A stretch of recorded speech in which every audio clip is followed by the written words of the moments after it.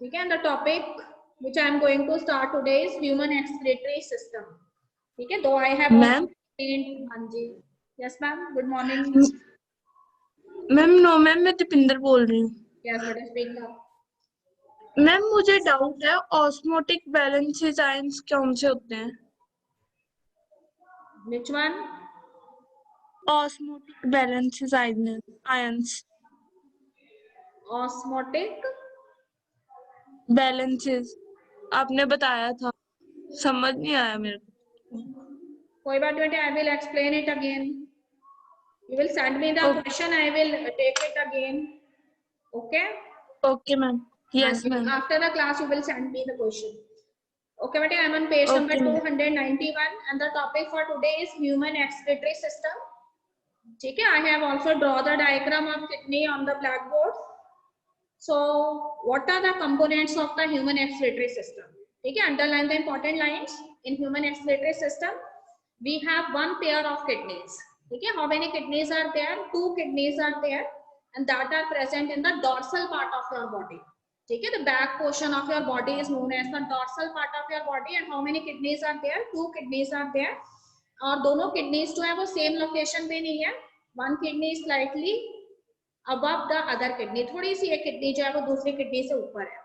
ठीक है, तो one pair of ureters which are arising from each kidney. हर एक kidney जो है उसमें से one pair ureters का arise होता है. Then both of these ureters they join the urinary bladder. Okay, बेटे. The opening of the urinary bladder it is known as the urethra. What about the color of the kidney? So somewhat it is reddish brown in color, bean shape होती है. And कहाँ पे located है? तो कहते हैं कि it is located at the last thoracic, देखो यहाँ पे, and third lumbar vertebra. ठीक है, close to the dorsal inner wall of the abdominal cavity. आपकी बॉडी का जो dorsal part है वहां पर. और कहता है कि अगर आप अपने जो वर्टिब्रियास हैं उसके अकॉर्डिंग आपकी बॉडी को अलग अलग पार्ट्स में डिवाइड किया गया है. तो थोरैसिक वर्टिब्रिया जो है उसमें कहते हैं कि लास्ट थोरैसिक वर्टिब्रिया और जहां से थर्ड लंबर वर्टिब्रिया जो है एक दूसरे के कांटेक्ट में आते हैं वहां पे ये लगभग जो है वो प्रेजेंट है. ठीक है, किडनी की डायमेंशंस के रिगार्डिंग देखिए, ह्यूमन किडनी जो है that is 10 to 12 centimetre in length and 5 to 7 centimetre approximately in width. And what about the weight? Weight is approximately according to the age of the person 120 से लेके 170 grams तक हो सकता है. Okay बेटे, अब see the diagram which I have drawn on the blackboard. See, I have here show you the longitudinal section of the kidney. और यहाँ पे मैंने एक किडनी बनाई है, ध्यान से देखिए. The kidney is enclosed inside a double layered wall. ठीक है, and that double layered wall is actually known as the renal capsule. इसको हम रीनल कैप्सूल कहते हैं और ये काफी टफ होती है. ठीक है, तो this is one kidney and the kidney is enclosed by a double layered wall and that is known as the renal capsule. It is tough in nature. Then when you see inside the kidney there are two regions. ठीक है, the region that is approximately close to the periphery, वो reason जो कि boundary या periphery के सबसे पास है उसको क्या बोला गया? रीनल कॉर्टेक्स बोला गया. That region is known as renal cortex, the part of the kidney which is very close to the renal capsule or boundary, that is known as the renal cortex. और renal cortex से जो next है the portion of the kidney that is present approximately in the center, that is known as renal medulla. It is known as renal medulla. ठीक है, यहाँ पे देखिए, यहाँ तक मैंने renal pyramids जो है वो ड्रॉ किए हुए हैं. उतना पोर्शन जो है वो किसका है? रीनल मेडुला का है. That portion is known as renal medulla. So the portion of the kidney that is close to the boundary is known as renal cortex, and the portion which is present next to the renal cortex but in the center part of the kidney where the medullary pyramids are there, that is known as the renal medulla. Okay बेटे, now what you see inside, तो कहते हैं कि the approximately the kidney की जो shape है वो आपको कैसे नजर आ रही है? देखिए, according to the shape it is convexive nature. पर यहाँ पे देखिए इन द इनर साइड थोड़ा सा जो उसका पोर्शन है वो अंदर की तरफ ऐसे बैंड हो रखा है. तो बैंड पोर्शन जो है जो अंदर की तरफ इस तरीके से बैंड हो रखा है, तो वो बैंड पोर्शन जो है उसको क्या बोला गया? हीलम बोला गया. ठीक है, तो अंदर की तरफ वो कहते हैं कि कॉन्वेक्स सी शेप डेवलप हो जाती है. तो जब ये कॉन्वेक्स पोर्शन जो है बेंड हो जाता है, तो that portion is known as the hilum. अब हीलम जो है उसमें तीन चीजें एंटर करती है, ठीक है बेटा, एक तो ब्लड वेसल्स एंटर करती है और एक उसके अलावा जो है क्या एंटर करता है यहाँ पे यूरेटर्स एंटर करती है, and beside ureters the nerves they also enter. तो three things in enter in the hilum region. तो ये पूरा पोर्शन जो है ये बेंड पोर्शन जो है इसका हीलम बोला गया है। और यहाँ पे देखिए मैंने लिखा है renal artery is there, then renal vein is there, okay, and ureters they are also coming out from this portion which is known as हीलम।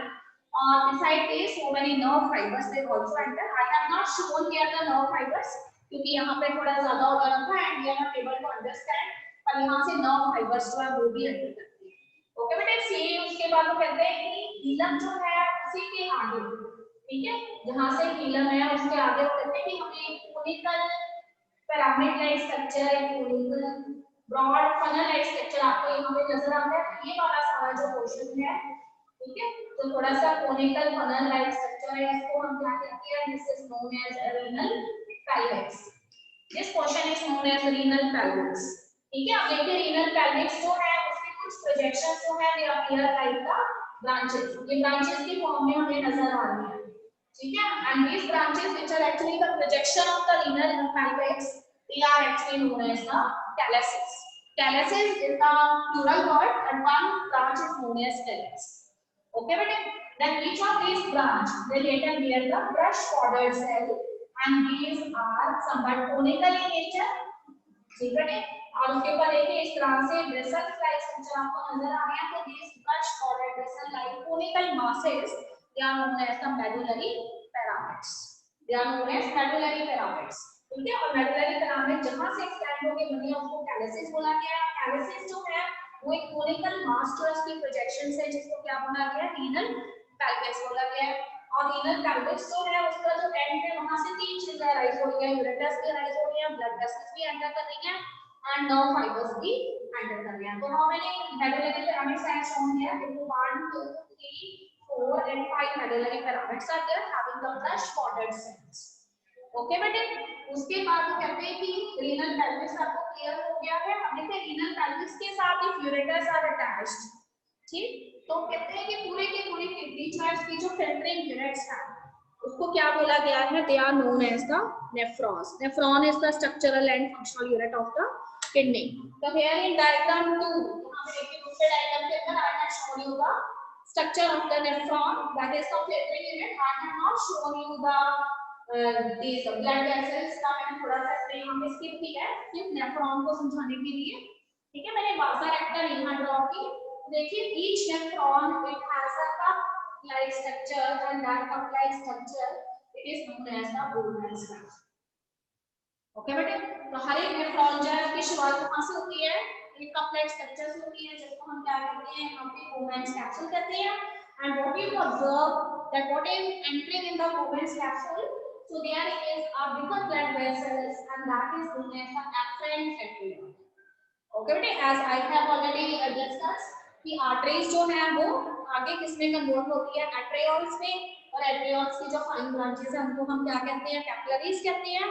तो कहते हैं कि this afferent arteriole is actually a kind of a arteriole that is arising from the renal artery, ठीक है। Renal artery वो artery है जो कि किसको ब्लड सप्लाई करती है, किडनी को ब्लड सप्लाई करती है। तो रीनल आर्टरी की जो ब्रांच है उसको afferent arteriole बोला गया है। And afferent arteriole as soon as it enters into the Bowman capsule, this afferent arteriole it is divided into so many fine segments and these cluster of segments they are known as glomerulus, ठीक है। तो what is glomerulus? Glomerulus is actually a tuft of capillaries or you can say cluster of capillaries, ठीक है। अब देखिए each Bowman capsule it has a bent kind of neck, हर एक Bowman capsule का जो neck है वो थोड़ा सा bent है। तो ये जो bent है उसका पोर्शन है इसको हम यहाँ पे क्या नाम दिया है, this is known as PCT, ठीक है। What is the full form of PCT? That is proximal convoluted tubule. Okay, but the neck of the Bowman capsule it is slightly convoluted or bent in nature and that is known as the proximal convoluted tubule. And this proximal convoluted tubule it later goes downwards, okay, and it assumes the shape of a hairpin-like structure by going upward too. तो that entire structure which has a shape of a hairpin, that is known as Hanley's loop. In honor of the scientist Hanley, who has first observed it. Okay, but in Hanley's loop, it has a shape of hairpin like, and the portion of the Hanley's loop which is going downwards, that is known as the descending limb of the Hanley's loop, and the portion of the Hanley's loop which grows upward, that is known as the ascending limb of the Hanley's loop. So how many limbs are there? Descending limb of the Hanley's loop and ascending limb of the Hanley's loop. Okay, but the ascending limb of the Hanley's loop it further continues into a very band structure, and that highly convoluted and layered structure is now known as the distal convoluted tubule, which is known as DCT. Okay, but now the distal convoluted tubule, it is open into some broader ducts which finally collect the urine, and they are known as the collecting duct. ठीक, इनको क्या बोला गया है? Collecting duct बोला गया. Okay students, यहाँ तक क्लियर है सभी बच्चों को? ठीक बेटे, फिर से सुनेंगे. Nephron, they are known as the structural and functional unit of kidney, and each nephron it has a cup-like structure, and that cup-like structure is known as Bowman's capsule. Inside the Bowman capsule, an afferent atrial glandus will further divide into so many fine lobules. So these cluster of tubules they are known as the glomerulus. Okay, better. Now the neck of the Bowman's capsule is slightly bent structure, and this is known as the proximal convoluted tubule. The proximal convoluted tubule is further extends into a cleftin-like shaped structure, and that is known as Hanley's loop. The portion of the Hanley's loop that grows downward it is known as descending limb of the Hanley's loop. And the portion of the Hanley's loop that grows upward, it is known as ascending limb of the Hanley's loop. Okay, but the ascending limb of the Hanley's loop it further continues and extends into a more band structure, and that is known as the distal convoluted tubule. And the distal convoluted tubule it finally enters into broader ducts which are known as the collecting ducts. So finally the urine they accumulated in the collecting ducts. Okay बेटे, यहां तक सभी बच्चों को clear है? Any problem? Yes बेटे, any problem? No problem? हाँ जी स्टूडेंट्स, दो students who are sitting at their home. Any problem? No, ma'am. No, ma'am. No, ma'am. Okay बेटे. दीक्षा,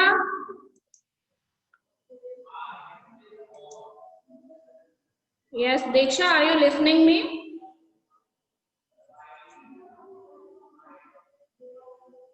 Okay, किडनी में कोई प्रॉब्लम तो नहीं किसी स्टूडेंट को? आई मीन किडनी के स्ट्रक्चर में एवरीथिंग इज क्लियर बेटे? Okay, what I am saying here, these collecting ducts they finally collect the urine. Okay बेटे, but you know that these what is the opening of these collecting duct? ये collecting duct जो है इनकी opening कहाँ पर है?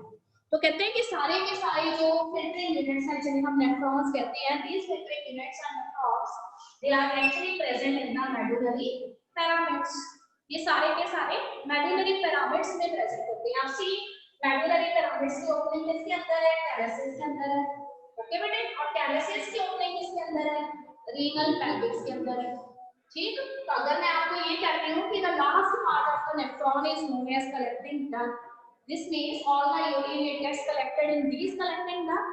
So these collecting ducts they finally open into the medullary pyramids, and these medullary pyramids, from these medullary pyramids it goes through the calyces and reaches the renal pelvis.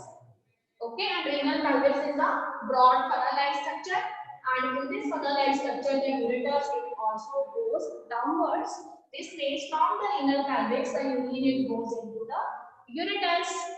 Okay, from both sides of the kidney, and these ureters they finally join the urinary bladder.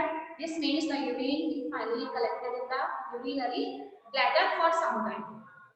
Okay बेटे, आपको ये पता होना चाहिए कि urine जो है वो अपने आप जो है बॉडी में से रिलीज नहीं होगा as soon as it receive a reflex action from the brain, ठीक है, which is related with the dilation of the smooth muscles of the आप कह सकते हैं यूरिनरी ब्लैडर जो है उसके अंदर स्मूथ मसल्स होते हैं, and they receive a signal in the form of a reflex that are coming from the brain, and these reflex they carry the message for the dilation, for the relaxation of the smooth muscles, और उसके बाद जो है urine जो body में से release. ठीक बेटे, तो कहते हैं कि काफी टाइम तक यूरिन जो है उसको यूरिनरी ब्लैडर के अंदर जो है रखा जाता है। जब रिफ्लेक्स एक्शन जो है ब्रेन के द्वारा होता है तो उसके बाद आपके स्मूथ मसल्स जो है कॉन्ट्रैक्ट करते हैं, यूरिन रिलीज हो जाता है और उसके बाद स्मूथ मसल्स जो है वो क्या हो जाते हैं, डायलेट हो जाते हैं, रिलैक्स हो जाते हैं। ठीक, and the opening of the urinary bladder is known as urethra. This is clear बेटे? Okay, I am on page number 292 and there is a very important term that I have already discussed on that day, that is known as column of Botany. ठीक है, what is column of Botany? तो कहते हैं कि as you know that the kidney it is divided into two zones. ठीक है, the portion of the kidney that is very near to the renal capsule that is known as renal cortex. The portion of the kidney that is very near to the renal capsule is in this portion which I am going to shade now. ये वाला portion जो कि किसके पास है, renal capsule के बिल्कुल पास है, उसको तो हमने क्या बोला है, it is known as renal cortex. And the portion which is next to the renal cortex where the medullary pyramids are there, this portion, this is known as renal medulla. Okay बेटे, आपको कहते हैं कि some of the portion of the renal cortex, see this one, जहां पे कि खाली जगह है वहां पे भी रीनल कॉर्टेक्स थोड़ा थोड़ा सा चला गया है। The portion of the renal cortex that extends between the medullary pyramid, ठीक है, in the empty columns, that portion is actually known as the column of Botany. ठीक है, Botany here is the name of the scientist। तो उन्होंने ये कहा कि renal cortex का वो पोर्शन जो मेडुलरी पिरामिड्स के बीच में जो खाली स्पेस है उसमें चला गया है, that portion is known as column of Botany। Okay बेटे, उसके बाद देखिए two type of blood vessels, it enters into the kidney and leave the kidney. The blood vessel which enters into the kidney, ठीक है, that blood vessel is known as afferent arteriole. उसके बाद मैंने आपको बताया कि एफ्रेंट एट्रियोल की कई सारी ब्रांचेस हो गई हैं, इनको हमने क्या बोला है, ग्लोमेरुलस। ठीक बेटे, अब सोचिए कि जो एफ्रेंट एट्रियोल है वो किडनी के अंदर कैसा ब्लड लेकर आएगी। देखो बेटा, किडनी जो है उसका एक एक फंक्शन है। किडनी का फंक्शन क्या है, फिल्ट्रेशन करना है उसमें। तो this means that blood is rich in nitrogenous waste product, that blood is rich in nitrogenous waste product. So this afferent arteriole it finally enters into the kidney and later it divided into so many branches which is collectively known as the glomerulus. So this glomerulus it actually contains the blood rich in nitrogenous waste product whose filtration has to be done. Okay बेटे, उसके बाद वो कहते हैं कि जब पूरा का पूरा जो है फिल्ट्रेशन का प्रोसेस हो जाता है और यूरिन जो बॉडी में से एक्सक्रीट आउट हो जाता है, तो उसके बाद वो कहते हैं कि वो वाला ब्लड जिसमें से नाइट्रोजेनियस वेस्ट प्रोडक्ट्स अब लगभग मिनिमाइज हो चुके हैं, ठीक है, तो ऐसा ब्लड जो है वो फिर कौन लेके जाती है, एफ्रेंट एट्रियोल लेके जाती है। ठीक, अब देखिए एक चीज और उसने यहाँ पे बताई है आपको, वन वेरी इंपॉर्टेंट थिंग। ठीक है, वोमेन कैप्सूल आपको क्लियर है, proximal convoluted tubules, all of these things are clear. ठीक है, तो अगर आपसे पूछा जाता है कि व्हाट इज ग्लोमेरुलस, तो glomerulus is a tuft of the capillaries that are formed by the afferent arteriole. And what is afferent arteriole? Afferent arteriole is a fine branch of the renal artery, and this renal artery it enters the blood that contains nitrogenous waste products into the kidney for its filtration। ठीक बेटे, अब देखो उसके बाद वो कहता है कि सबसे पहले वो एफ्रेंट एट्रियोल जो है वो ऐसा ब्लड जो है वो किसके अंदर एंटर करती है, बोमैन्स कैप्सूल के अंदर एंटर करती है। ठीक, और एफ्रेंट एट्रियोल के आगे काफी सारी कैपिलरीज की फॉर्म में ब्रांचेस हो गई, यानी each of these capillaries they contain such type of blood. So here when this blood it enters into the glomerulus, then this blood is known as glomerular filtrate, it is known as glomerular filtrate। ठीक बेटे, तो glomerular filtrate जो है उसको तब तक नहीं कहेंगे जब तक उसका फिल्ट्रेशन नहीं हो जाता। उसका फिल्ट्रेशन जो है होता है और ये फिल्ट्रेशन अल्ट्रा फिल्ट्रेशन होता है, ठीक है। उसके बाद हम उसको ग्लोमेरुलर फिल्ट्रेशन कहते हैं, वो मैं आपको बाद में बताऊंगी तो इसका अल्ट्रा फिल्ट्रेशन कैसे होता है। उससे पहले एक और चीज आप अच्छे से जान लें, कहते हैं कि if we are talking about this, ठीक है, पीसीटी की अगर आप बात करते हो, डीसीटी की बात करते हो, और आप कहते हो बोमेंस कैप्सूल के बारे में, ठीक है, तो Bowman's capsule, proximal convoluted tubule and distal convoluted tubule, ठीक है, all of these parts of the nephron they are actually present in the cortical region of the kidney, ठीक। सो कौन कौन से पोर्शन कॉर्टिकल रीजन में present होते हैं underline कर लेंगे, ठीक है। मालफिगियन कॉर्पसल किसको नेम दिया गया है, तो मालफिगियन कॉर्पसल कहा गया है Bowman capsule along with the glomerulus, glomerulus along with the Bowman's capsule it is known as Malpighian corpuscle, and to Marfanoid corpuscle plus PCT and DCT, they are actually present where in the kidney, it is present in the cortical region of the kidney, okay bete, and what is present in the medulla part of the kidney which is known as renal medulla, so all of you must know that it is the loop of the Hanley, ठीक है। loop of Hanley में दो limbs आ जाते हैं, descending limb और ascending limb, तो descending और ascending limb जो है वो किसमें present है, वो यहाँ पे मेडुला के अंदर प्रेजेंट है, ठीक बेटे। तो पीसीटी, डीसीटी, वोमेन कैप्सूल और ग्लोमेरुलस ये प्रेजेंट है कॉर्टिकल रीजन में, एंड लूप ऑफ हैनली जो है वो कहाँ प्रेजेंट है, मेडुला में प्रेजेंट है, ओके बेटे। सो कहते हैं कि उसके बाद we have two types of nephron, ठीक है, two types of nephrons are there on the basis of the length of the Henle's loop, Hanley's loop जो है उसकी लेंथ कितनी है उसके बेसिस पे we have two types of nephron. The first type of nephrons they are known as the cortical nephron. First type of nephrons are known as cortical nephron, and second type of nephrons they are known as the juxtamedullary nephrons. Underline, I am on page number 293 paragraph number 2, ठीक। देखिए ऊपर से third line है, in majority of nephrons the loop of Henle is too short and extends only very little into the medulla, कहता है कि ज्यादातर nephrons के अंदर लूप ऑफ हैनली बहुत छोटा होता है और ये मेडुला में बहुत थोड़ा सा ही गया हुआ होता है, ठीक है। तो इस तरह के नेफ्रॉन्स जो है हमको कॉर्टिकल नेफ्रॉन्स कहते हैं। Such type of nephrons are known as cortical nephrons, and what are juxtamedullary nephrons, those nephrons in which the loop of Hanley it is very long and it extends deep into the medulla, they are known as the juxtamedullary nephron, okay bete, so this is known as juxtamedullary nephron. See page number 292 paragraph number 3, जहां पे आपको मालफिगियन corpuscle की definition नजर आ रही है, ठीक है।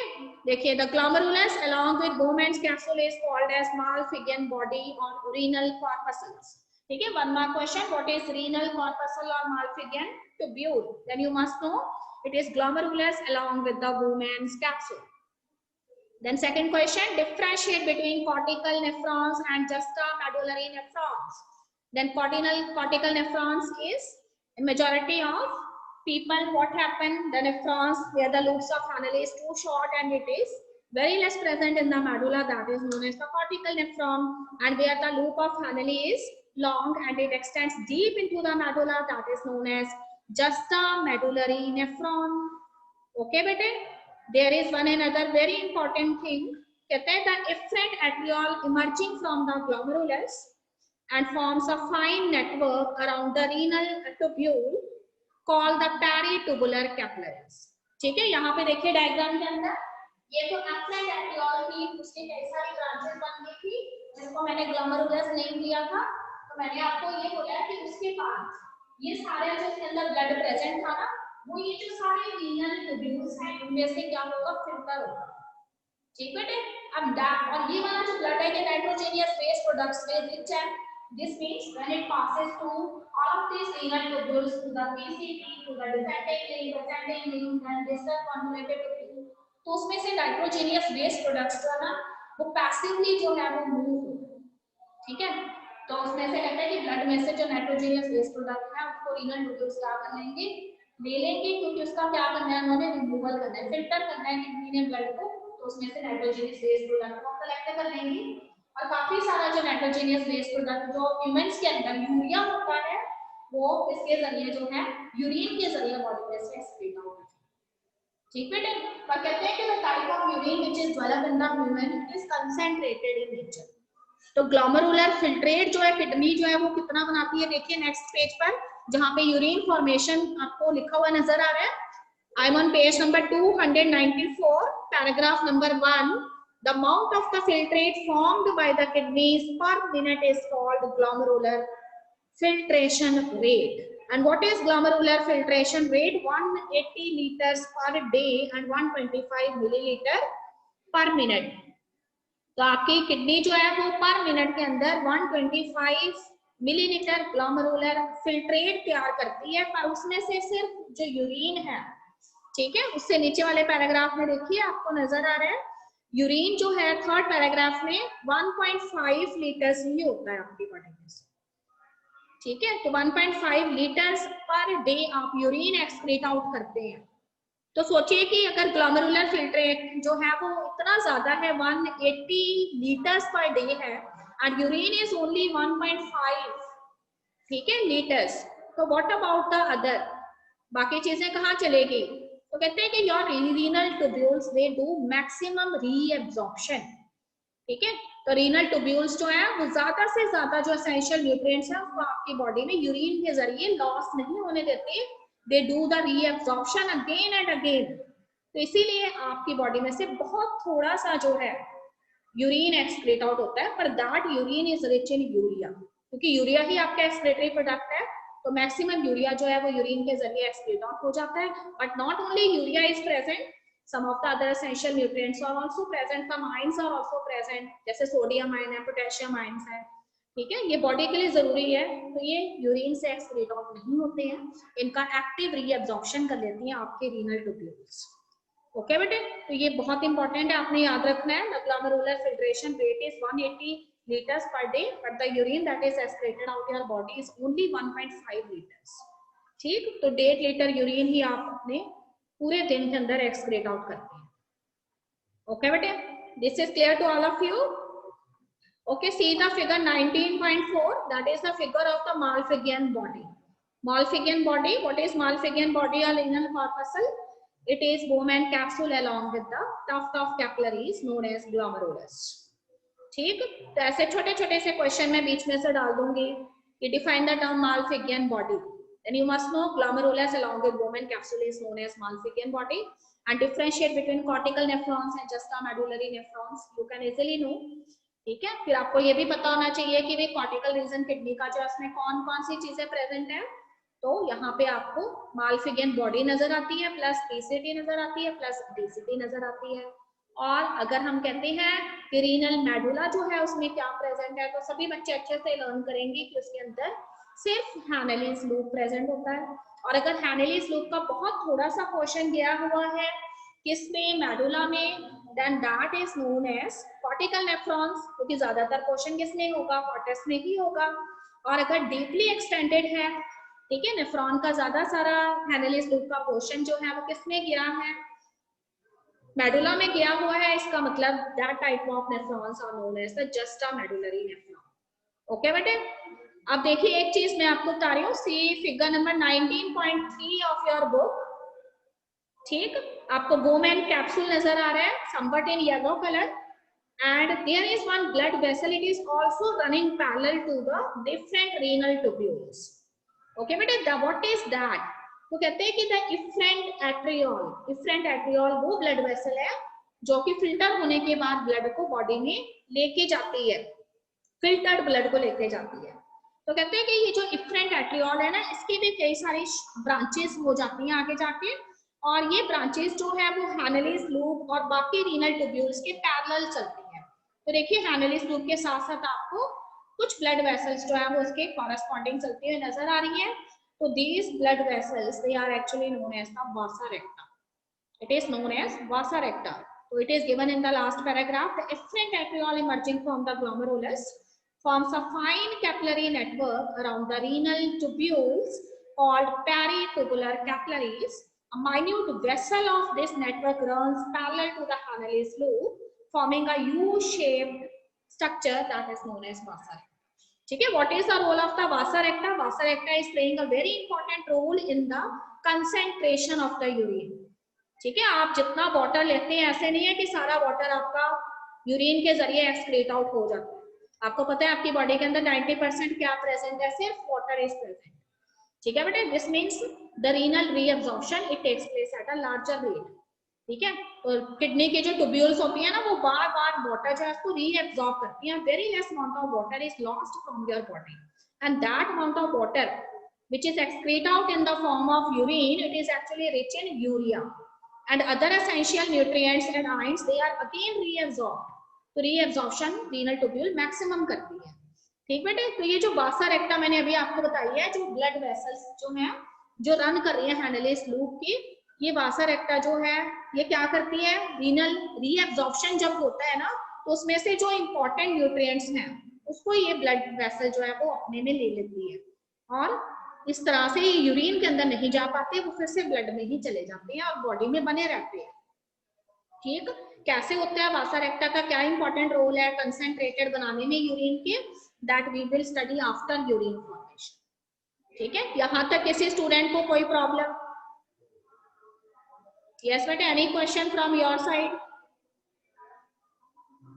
One more question is there, column of Botany, Malpighian tubule, cortical nephron, juxtamedullary nephron।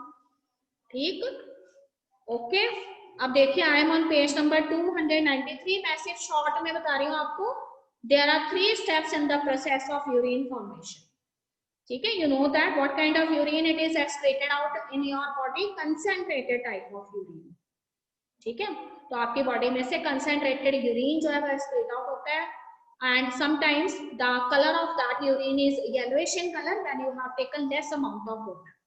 कई बार जो है आप किसी लॉन्ग जर्नी पे जाते हैं, पानी नहीं पी पाते हैं, उस केस में बॉडी में से जो एक्सक्रीट आउट होता है यूरिन वो येलोइश कलर का होता है। But when you have taken plenty of water, जितना की रिक्वायर्ड है, तो तब आपकी बॉडी जो है वो लगभग जो है आप कह सकते हो कलरलेस यूरिन एक्सक्रीट आउट करती है। ठीक बेटे, अब यूरिन फॉर्मेशन जो है उसमें 3 स्टेप्स आते हैं। What are these 3 steps? Number 1, glomerular filtration. As the name itself indicate, glomerular filtration means the filtrate that is present in the glomerulus, ठीक है, that is filtered out by 3 layers।